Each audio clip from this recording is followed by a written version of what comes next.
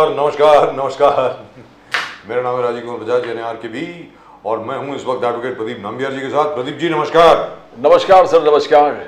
और हम दोनों हैं कहां पर? नेशन नाउ पर। नेशन नाउ है हमेशा आपके साथ और हमेशा ही आपके साथ रहेगा। आप सब लोगों को जय हिंद, जय महाराष्ट्र, जय भवानी, जय शिवाजी, जय सिया राम, जय सिया राम, हर हर महादेव, हर हर Mahadev. So Pradeep ji, Mr. Jarange Patil has been pacified. Yes, everybody is happy. Yes, we will know what the ordinance actually says when it becomes official. Only a draft ordinance, I believe, has been presented to him, and he is very, very happy. And number two, the India alliance, I think, is now formally over because Nitish Kumar Sahab is now going back to the BJP. Anything, I mean, his divorce from the BJP earlier also was a surprise. Suddenly he decided that he is going with Lalu Yadav. And then we didn't see any kind of reaction from the BJP the way, the divorce partner behaves. So everything was so smooth. Even when the divorce with BJP was absolutely smooth, nothing really, there's no reactions. And this also is another easy divorce where he is going back to his old partner. And they're smooth. No Lalu Yadav is saying anything, no Congress kuch bol raha hai, no BJP is talking about it. This sounds like the marriage of Richard Burton and Elizabeth Taylor. They separated and got married to each other about 7 times. Yes, sir. So, which is fantastic, I think. So he's Elizabeth Taylor. I don't know who's Elizabeth Taylor here, but looks like maybe Nitish Kumar, because on the other side there's Mr. Modi. In any event, I think last time somebody named a politician Elizabeth Taylor was Pramod Mahajan when he called Sharad Pawar Elizabeth Taylor. That's right. And then the NCP was up in arms everywhere. All the workers were trying to tip off with the BJP party offices, all kinds of things. Yeah, but the best was Atal Bihari Vajpayee. वो के बारे में जो शरद पवार जी ने बोला, उसके ऊपर जो लोगों ने बहुत प्रोटेस्ट किया कि भाई बिन दुल्हन का दूल्हा पहली बार देखा है, ऐसा शरद पवार जी ने कहा था अटल बिहारी वाजपेयी जी के लिए। लेकिन जब वाजपेयी साहब दूसरी बार प्रधानमंत्री बने और तीसरी बार बने, शरद पवार जी चुप थे, तब उनके पास कुछ कहने को नहीं। But he in fact supported him. I mean, he said, I want, when he opposed Sonia Gandhi, a non-Indian, yes, he did, by birth should not be the Prime Minister. That's right. That's what he said. And and he's now back with Sonia Gandhi ji. Because now Sonia ji has no chance of becoming Prime Minister ever again. So, well, good for him. But let's ask Pradeep Peshkar साहब इस वक्त हमारे साथ हैं, Bharatiya Janata party के। प्रदीप पेशकर साहब नमस्कार। नमस्कार नमस्कार, जय श्री राम। जय सिया राम सर, जय सिया राम। तो प्रदीप पेशकर साहब, भारतीय जनता पार्टी का जो क्लेम था कि भाई हम लोग अपने वादे हमेशा निभाते हैं, वो आज दोबारा भारतीय जनता पार्टी के जो लोग हैं और जो इस वक्त सरकार में महाराष्ट्र की, वो फिर साबित हो गया कि भाई हमने कहा था कि मराठा आरक्षण हम देंगे, हमने दे दिया। जैसे राम मंदिर बनाने के लिए बोला था, राम मंदिर बन गया। आर्टिकल 370 रिपील होना था, हो गया। 35A रिपील होना था, हो गया। और वर्बल ट्रिपल तलाक, उसके ऊपर बैन लगेगा, लग गया। और उसके अलावा जो इंफ्रास्ट्रक्चर हम लोगों ने बनाना था, जैसा भारतीय जनता पार्टी कहती है, वो बन रहा है और बल्कि बिफोर टाइम बन रहा है। और तो और छोड़िए प्रदीप जी, एग्जैक्टली ये प्रदीप जी स्टूडियो वाले प्रदीप जी, तो मेरे सामने प्रदीप जी वो नहीं। आपको भी वैसे ये जान करके खुशी होगी कि योगी आदित्यनाथ जी ने रोड इंफ्रास्ट्रक्चर तो बनाया ही है, बाकी सब बनाया है, लेकिन अभी जो नदियों का जो नेटवर्क है पुराना भारत में, जो आदिकाल से जो मेन मीन्स ऑफ ट्रांसपोर्ट हुआ करता था, जिसको हम लोग हिंदी बेल्ट कहते हैं, ये वाराणसी, अयोध्या, मथुरा, वृंदावन, इन सब जगह के बीच में नदियों के ऊपर कश्तियों में चलता था sir. It was a river network that is being revived and I am so happy about it. I am telling you, after the Ram मंदिर, I think this will be the greatest achievement of the BJP if the old riverine network of India can be revived. Pradeep Peshkar साहब, तो आज जो झरंगे पाटिल साहब के साथ जो हुआ है उसके बारे में आप क्या कहेंगे सर, प्लीज। ये तो पिछली सरकार में जब देवेंद्र जी मुख्यमंत्री थे महाराष्ट्र के, तभी उन्होंने दिया था आरक्षण। जी। बीजेपी की सरकार ने, लेकिन वो हाईकोर्ट में भी उसको यश मिला, हाईकोर्ट में भी वो टिका रहा। लेकिन जब सुप्रीम कोर्ट में गया तब उद्धव ठाकरे मुख्यमंत्री थे और उन्होंने उसको सीरियसली नहीं लिया। ये बात कहने लायक है। और वो सीरियसली ना लेने की वजह से, सही तरीके से सुप्रीम कोर्ट के सामने ना रखने वजह से इतना सारा समाज को झेलना पड़ा। तो लेकिन जरांगे साहब के पूरे प्रयास के साथ 4-5 महीना उन्होंने अनशन किया।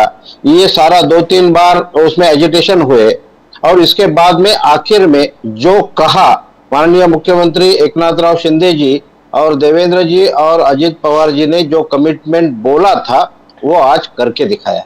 और 100% मराठा समाज आज खुश है। वो सरकार के जो कमिटमेंट किया उसके ऊपर सरकार भी अड़िग है और जरांगे साहब और उनकी टीम भी सेटिस्फाइड है। तो अभी जो कानूनी प्रोसेस है वो बिल्कुल अगले 15 दिन 20 दिन जो भी लगेंगे वो कानूनी प्रोसेस भी पूरी होगी, वो उनको यकीन आ गया। तो मैं बोलता हूं कि जो कहते हैं वो करते हैं। ये जो मोदी जी का स्लोगन है वो आज मुख्यमंत्री जी ने सच करके दिखाया है। पेशकर साहब, क्या ये प्रभु राम का कृपा है जब मोदी साहब ने कहा कि राम मंदिर पुनर्निर्माण वो डेट है और भारत एक इकोनॉमिक सुपर पावर घोषित हो में अपने आप में होना एक सेम डेट है जो जिस दिन राम मंदिर का पुनर्निर्माण क्या हुआ था। और उसके बाद सब संकेत अच्छे अच्छे लग रहे। ममता बनर्जी वहां फूट गए, यहां नीतीश कुमार फूट गए, यहां आपके जरंगे पाटिल जी मान गए। यानी एक के बाद एक के बाद एक के बाद एक के बाद हम अच्छे ही खबर सुन रहे हैं। और ये क्या भगवान राम का कृपा है जो मोदी साहब कह रहे हैं कि इट इज राम मंदिर के पुनर्निर्माण के बाद भारत एक जायंट रिलीफ लेने वाले हैं? नहीं नहीं, मैं ये ऐसा नहीं मानूंगा। भगवान राम का पुनर्प्रतिष्ठा जो है वो तो पूरे भारतवर्ष के लिए ठीक है, राजनीति से उसका क्या लेना देना। जो हमने कमिटमेंट की थी भारतीय जनता पार्टी ने, वो आज से नहीं, वो स्थापना की तब से की थी कि हम राम मंदिर बनाएंगे, भव्य बनाएंगे, वही बनाएंगे, और वो पूरा हो गया। लेकिन ये जो हो रहा है, जरंगी जी के लिए तो प्रयत्न चालू थे, वो आज उसकी फलश्रुति आ गई, ये अच्छा बात है। लेकिन जो आपने नीतीश कुमार जी का बोला, ममता बनर्जी का बोला, इसमें ना एक मराठी में एक कहावत है, एक स्टोरी है। एक राजा था, राजा के पास एक तोता रहता था। तो वो एक दिन अचानक सवेरे राजा उठे और देखा तो तोता हिल नहीं रहा है, देख नहीं रहा है, तो शायद वो मर गया। लेकिन राजा ने सब वैद्य को बुलाया और पूछा कि भाई इसको देखो।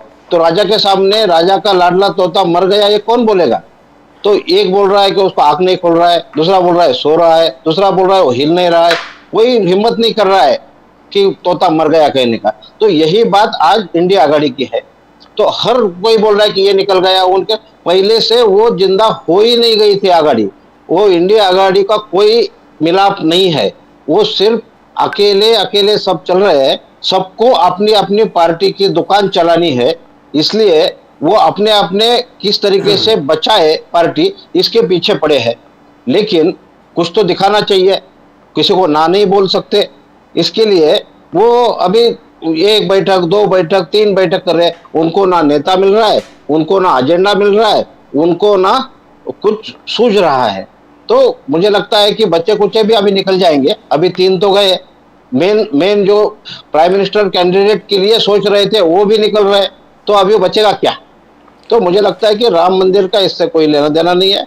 वो तो होना था, वो अभी सामने आ रहा है, इतना ही है। लेकिन प्रदीप पेशकर साहब, जब नीतीश कुमार जी ने दोबारा पलटी खाई तीसरी बार, तब भारतीय जनता पार्टी के जो वरिष्ठ नेता हैं सबने ये कहा था अब इनके लिए बीजेपी के दरवाजे बंद हैं। लेकिन नहीं, राजनीति में मुझे नहीं लगता है कि ऐसा किसी ने बोला होगा। सर, अमित शाह साहब ने खुद बोला, अमित शाह साहब ने खुद बोला था। लेकिन लगता है कि पॉलिटिक्स में कभी भी कोई किसी के साथ हाथ मिला सकता है, लगता है मुझको। तो नीतीश जी आपके पास वापस आ रहे हैं सर। और तो छोड़िए, परसों ही गिरिराज किशोर साहब ने कहा कि दामाद जी जो हैं हमारे नीतीश कुमार जी मायका जाने की सोच रहे हैं, लेकिन उनको यह मालूम नहीं है कि मायके के दरवाजे बंद हैं। ऐसा गिरिराज किशोर जी ने कल ही कहा है। और लेकिन आज मायका है कि ससुराल है उनका मुझे मालूम नहीं है, लेकिन दरवाजे खुल गए। प्रदीप पेशकर साहब, आपको आपको बधाई वैसे, आपको वैसे मुबारकबाद। नहीं, ऐसा है, मोदी जी के काम पर अगर कोई मुहर लगाता है जी। तो ये अच्छी बात है, अच्छी जी। बात है। और नीतीश कुमार जी पहले भी थे, गए क्यों थे ये सवाल है ही, और रहेगा भी।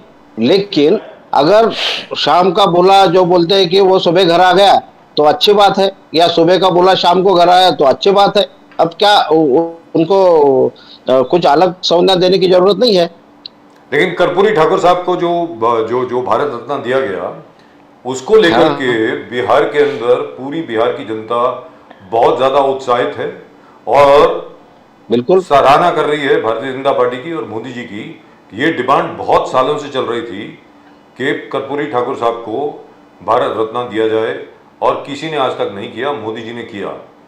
इसको लेकर के मुझे लगता है कि नीतीश कुमार साहब जो है, उनको पता था कि जनता के सामने वो नहीं जा सकते, अब मोदी जी के खिलाफ तो नहीं जा सकते, सीधी सादी बात है। एक बार कर्पूरी ठाकुर जी को इतना बड़ा ऐसी इज्जत अफजाई करती, उनको भारत रत्न दे दिया, फिर किस मुंह से जाएंगे आप? प्रदीप पेशकर साहब। बिल्कुल बिल्कुल ठीक है। ये एक ही बात नहीं, इससे कई गुना ज्यादा चीजें मोदी जी ने ऐसे की है कि उसके ऊपर कोई बात ही नहीं कर सकता है। ये अगर इकोनॉमिक डेवलपमेंट की बात करो या ट्राइबल के लिए किया हुआ काम देखो, और शेड्यूल कास्ट शेड्यूल ट्राइब्स के लिए किया हुआ काम बोलो, और इसके ऊपर कर्पूरी ठाकुर जी तो भारत रत्न के हकदार थे ही, क्योंकि वो 3 बार वो मुख्यमंत्री बने हैं वहां के, और कितनी उनके समाज के लिए उन्होंने क्या क्या काम किया और विपरीत परिस्थिति में काम किया। तो ये हम उनकी सराहना क्यों नहीं करें। और आज अभी आप देखते हैं कि पद्मश्री, भारत रत्न और पद्म भूषण अवार्ड कैसे दिए जाते हैं, किन किन लोगों को दिए जाते हैं, जिनका नाम किसी नहीं को सुना नाम था। भी पता नहीं। अरे सर, जिन्होंने जेन्युइनली अचीव किया है, जो Correct, सोशलाइट नहीं है, जो पेज 3 के ऊपर जिनकी फोटो नहीं आती है, जिन्होंने असल में काम बिल्कुल किया नहीं है, वो लोग हैं। पता भी नहीं है, पहली बार लोग सुन रहे हैं, जी। पहली बार लोग उनका नाम सुन रहे हैं, ऐसे लोग इसमें दिख रहे हैं। तो मानना चाहिए कि मोदी जी का जो सिलेक्शन है या सरकार का जो प्रोसीजर है वो अभी सही डायरेक्शन में जा रहा जी। है। और सबसे पहली बात यह है कि पद्मश्री अवार्ड के लिए तो खुद नॉमिनेट अपने को कर सकते हैं, लेकिन जो उसकी स्क्रीनिंग प्रोसीजर है, पहले से ऐसा नहीं था। पहले से यह था कि किसी के नजदीक वाला, किसी का रिश्तेदार, या आपने ही नाम लिया, वैसे फेज 3 वाले। तो ये बात अभी दिखाई नहीं देगी। जो सही में जिनका समाज में काम है और काम उभर कर दिखता है, और कहीं कोने में काम करो भारत के, लेकिन वो समाज के अंत्योदय के लिए अगर काम है तो उसको, उसकी सराहना होनी चाहिए। भारतवर्ष पर उसका उपकार है और उसका सम्मान भारत ने करना चाहिए। यही मोदी जी की नीति है। और ये नीति के आधार पर, ये नीति के आधार पर अगर कर्पूरी जी को भारत रत्न दिया है तो मुझे लगता है बिल्कुल सही काम किया है, और नीतीश कुमार जी भी उसका स्वागत कर रहे हैं। And here, this is for the information of our viewers, Mr. Rohan Bopana has just been nominated for the Padma Shri. He has been given the Padma Shri, and today he has become the oldest player in the world to win a Grand Slam title. 43 साल की उम्र में उन्होंने Australian open जीती है doubles में। He has become the oldest player in the world to achieve that feat, and it is the Modi government that gave him a Padma Shri for this year only. इस साल के Padma Shri list में रोहन बोपन्ना है। Sir, 43 साल की उम्र में double जीतना, वो भी प्रोफेशनल टेनिस टूर पे, मतलब किसी को विश्वास नहीं हो रहा। Absolutely fantastic. तंदुरुस्ती और चुस्ती को सलाम करना चाहिए उनके। एब्सोल्युटली जी। Peshkar sahab, coming back to Maratha reservations, अब Maratha reservations, Eknath Shinde ji CM, deputy chief minister Fadnavis sahab, deputy chief Ajit Pawar saying fantastic, triple engine का बड़ा अचीवमेंट है, it's fabulous. Sharad Pawar ji, Supriya Sule, Uddhav Thackeray ji has been stunt. तो कभी कोई सोचा नहीं था कि इतने आसानी से जो एक जबरदस्त संघर्ष चल रहा था वो समाप्त हो जाएगा जिस प्रकार से हुआ। बट कंफ्यूजन पेशकर साहब अभी भी है। भुजबल साहब बोल रहे हैं कि ये ओबीसी पर अन्याय है या मराठाओं का फसवणुक, मराठाओं का फसवणुक या ओबीसी पर अन्याय, भुजबल साहब का कहना है।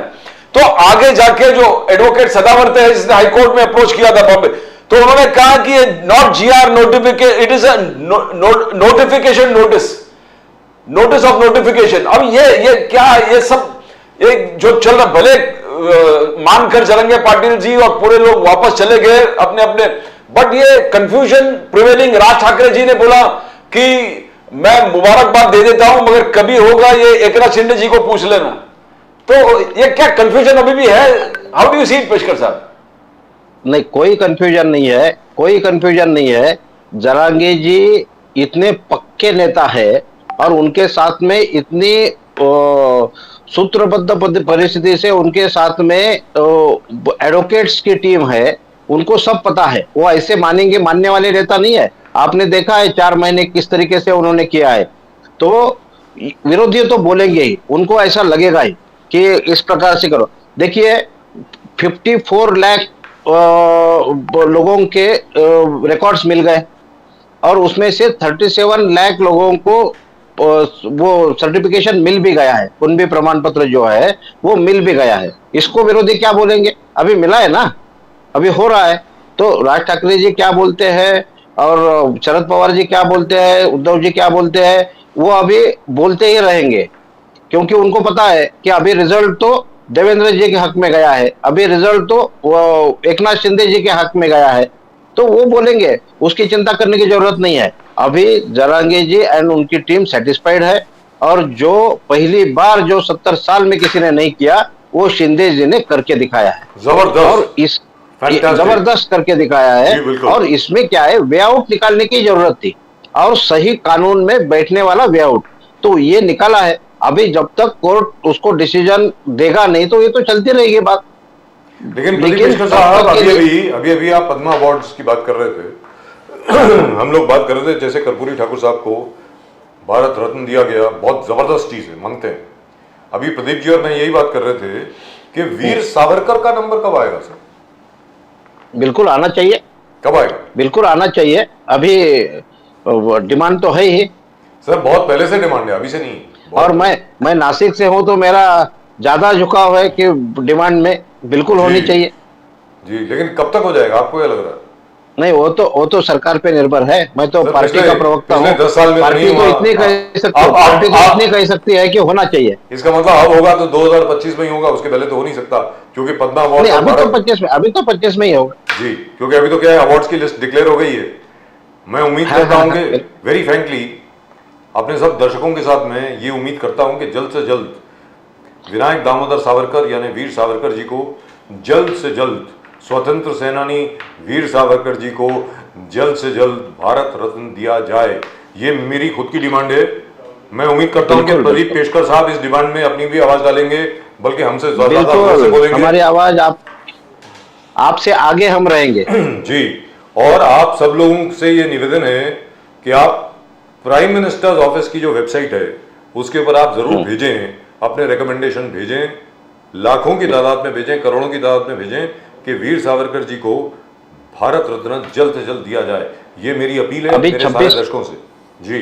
26 फरवरी उनकी पुण्यतिथि होती है वीर सावरकर जी की, उसी दिन हम लोग भेज देंगे सब। ये बहुत हर एक को भेजना चाहिए, हम लोग तो भेजेंगे ही। आप सब लोग भी मेहनत करें इसके लिए कि वास्तविकता में जो असल में जो स्वतंत्र सेनानी थे उनकी अब इज्जत अफजाई होनी चाहिए, मुझे ऐसा लगता है। तो सही है। या पेशकर साहब, राहुल गांधी जी भले अभी जो इंडी अलायंस है, जो आपने इंडी अलायंस कहते थे, इंडिया अलायंस वो कहते थे, बिखरता दिख रहा है, बिखरता। ममता नहीं है, नीतीश नहीं है, अब वाईएसआर केसीआर जुड़ेंगे नहीं जुड़ेंगे कुछ पता नहीं है। केजरीवाल जी ऑलरेडी ऑब्जेक्शन उठाने लगे।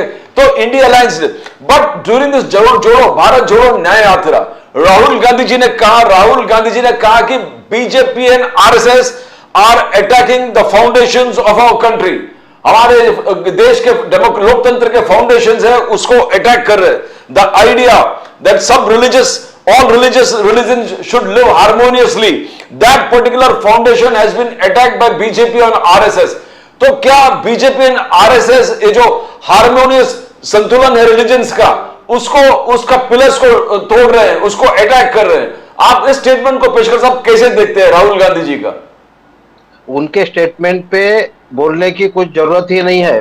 उनकी जो भारत जोड़ो यात्रा थी, उनको अगर भारत जोड़ने का था तो पीओके से स्टार्ट करते, इधर से इधर घूमते नहीं टूरिस्ट के जैसा, एक बात। और दूसरी बात, अगर न्याय देना ही है तो न्याय किसको देना है और किसके अगेंस्ट में देना है, ये थोड़ा स्पष्ट करते तो अच्छा था। उनके पार्टी के जो नेता है उनको वो न्याय नहीं दे सकते, जिस राज्य में उनकी सरकार है उनको, जनता को न्याय नहीं दे सकते, और ये चले न्याय देने के लिए उनके इंडिया अलायंस को न्याय नहीं दे सकते, उनके अलायंस के पार्टनर जो है उनको न्याय नहीं दे सकते, तो वो कहां से ये न्याय यात्रा निकालेंगे। तो न्याय देना क्या होता है, मैं अभी बोलता हूं कि अभी जनमन जो स्कीम मोदी जी ने किया है जनता के लिए, ट्राइबल जनता के लिए, जो आदिवासी न्याय महाअभियान, तो उसकी बात करें तो ये न्याय की बात कहां से आ गई। ये इनका न्याय मतलब सत्ता में बैठो और भारत को लूटो, तो ये करने के लिए इनकी सब यात्रा है। तो उनके स्टेटमेंट पे ज्यादा भरोसा करने की जरूरत नहीं या बात करने की जरूरत नहीं है। उनको ये पक्का पता है अभी पूरा देश जय श्री राम बोल रहा है और बाद में जय मोदी जी बोलेगा, तो इनका तो दुकान अभी बंद हो गया है। आप सही बोल रहे पेशकर साहब। पीएम जनमन के माध्यम से 75 वीक ट्राइबल ग्रुप्स को आइडेंटिफाई किए मोदी जी ने, और करीबन 25,000 करोड़ के आसपास वहां पर उन्होंने उनको अलॉट भी कर दिया है, जिसमें ये गरीब जो रोड जो इलाका है, जो गरीब इलाका है, दुर्गम क्षेत्र, वहां रोड, वहां दूर संचार, इलेक्ट्रिसिटी, होम्स जो अभी तक वंचित थे 18 स्टेट से, लेकिन आइडेंटिफाई किया 3 यूनियन टेरिटरीज वगैरह में। तो ये अभी तक वंचित है ट्राइबल, ये मोदी जी है कि इनको आइडेंटिफाई अभी कर रहे हैं। यानी इंडिपेंडेंस, आप मानते हैं कि इंडिपेंडेंस से हम लोग इस ट्राइबल एरियाज को टोटली दुर्लक्ष्य कर रहा था पेशकर साहब। 70 साल में जिनके घरों तक बिजली नहीं पहुंची, तो आज तक गांव तक पहुंची थी, वो मोदी जी आने के बाद में ही उन्होंने किया। दीनदयाल उपाध्याय योजना, जो उज्ज्वल ये जो योजना की थी इलेक्ट्रिसिटी की, तो उससे पहुंचाई गई थी गांव तक। आज इसकी अच्छाई क्या है, ये स्कीम में बाहर का ही देखिए, 20 घरों के नीचे जो आदिवासी क्षेत्र है जिसमें सिर्फ 20 घर है, 30 घर है, 15 घर है, ऐसे चुन चुन के निकाले हैं। वो 2500 विलेज उसका काउंट आया है, और उसमें से 22,000 लोगों के घर में पानी का कनेक्शन जाएगा। 4.9 लाख पक्का घर बनेंगे, 8,000 किलोमीटर का कनेक्टिविटी का रोड का नेटवर्क बनेगा, 1,000 आंगनवाड़ी बनेगी। अब सोचिए हॉस्टल्स बनेंगे। आप सोचिए कि कितना सारा बारकाई से सोचा गया है उनके बारे में। जहां 20 घर है सिर्फ, उस आदिवासी झोपड़ी तक सिर्फ वोटिंग के साथ, जितने कांग्रेस ने शासनकाल है कांग्रेस का, उसमें सिर्फ वोटिंग के लिए लोग जाते थे। जहां रास्ता नहीं है जाकर वहां सिर्फ वोटिंग अपना बैलेट बॉक्स लेके जाते थे, लेकिन उनको ये दिखाई नहीं दिया तब कि इनके पास पानी नहीं है, इनके पास लाइट नहीं है, इनके पास रोड नहीं है, इनके पास शिक्षा का साधन नहीं है, आरोग्य का साधन नहीं है, कोई दवाखाना नहीं है, हेल्थ का कुछ नहीं है, ये दिखाई नहीं दिया। मोदी जी ने वो सोचा है। इसीलिए तो हम कहते हैं कि अंत्योदय का सोचने वाला सरकार जो है वो सिर्फ भाजपा सरकार है। अंत्योदय की सोच रखकर काम करने वाली सरकार, तो इससे ज्यादा बढ़िया न्याय हो ही नहीं सकता है, मैं कहता हूं। लेकिन यहां पर एक चीज तो है कि भारतीय जनता पार्टी ने ज्यादातर, इनफैक्ट 1956 से, भारतीय जनसंघ के जमाने से अपने इलेक्शन मैनिफेस्टो में, जो पहला इलेक्शन मैनिफेस्टो छपा था भारतीय जनसंघ का, जब आपका इलेक्शन सिंबल दिया हुआ करता था, दिया, जी हाँ, दिया हुआ करता था, लैंप हुआ करता था, और आपकी जो लाइन होती थी, स्लोगन जो होता था, दीप से दीप जले, वोट से देश देश बने, अभी तक याद है मुझको। तो तब से राम मंदिर मैनिफेस्टो में था, रिपील ऑफ आर्टिकल 370 मैनिफेस्टो में था, रिपील और implementation of uniform civil code, ये भी मैनिफेस्टो में था। और इसमें से 2 जो हैं आपने पूरे कर दिए। अब मुझे लग रहा है कि यूनिफॉर्म सिविल कोड के ऊपर भी काम चल रहा है। In fact Uttarakhand government, for the information for viewers, is about to implement uniform civil code on the lines of Goa. Goa में पहले से ही इम्प्लीमेंटेड है, वैसे ही उत्तराखंड भी अपने स्टेट में, अपने राज्य में uniform civil code they are about to implement. तो वो भी जल्दी हो जाएगा सर, यूनिफॉर्म सिविल? बिल्कुल होगा, बिल्कुल होना चाहिए और भाजपा के एजेंडा में है और जी। इस बार के मैनिफेस्टो में भी रहेगा, उसमें कोई दो राय नहीं है। लेकिन जी। कब करना है वो सरकार डिसाइड करती है, कब करना है वो मोदी जी, अमित जी, नड्डा जी, ये जो भी है लोग वो डिसाइड करेंगे, लेकिन यूनिफॉर्म सिविल कोड आकर रहेगा। जी।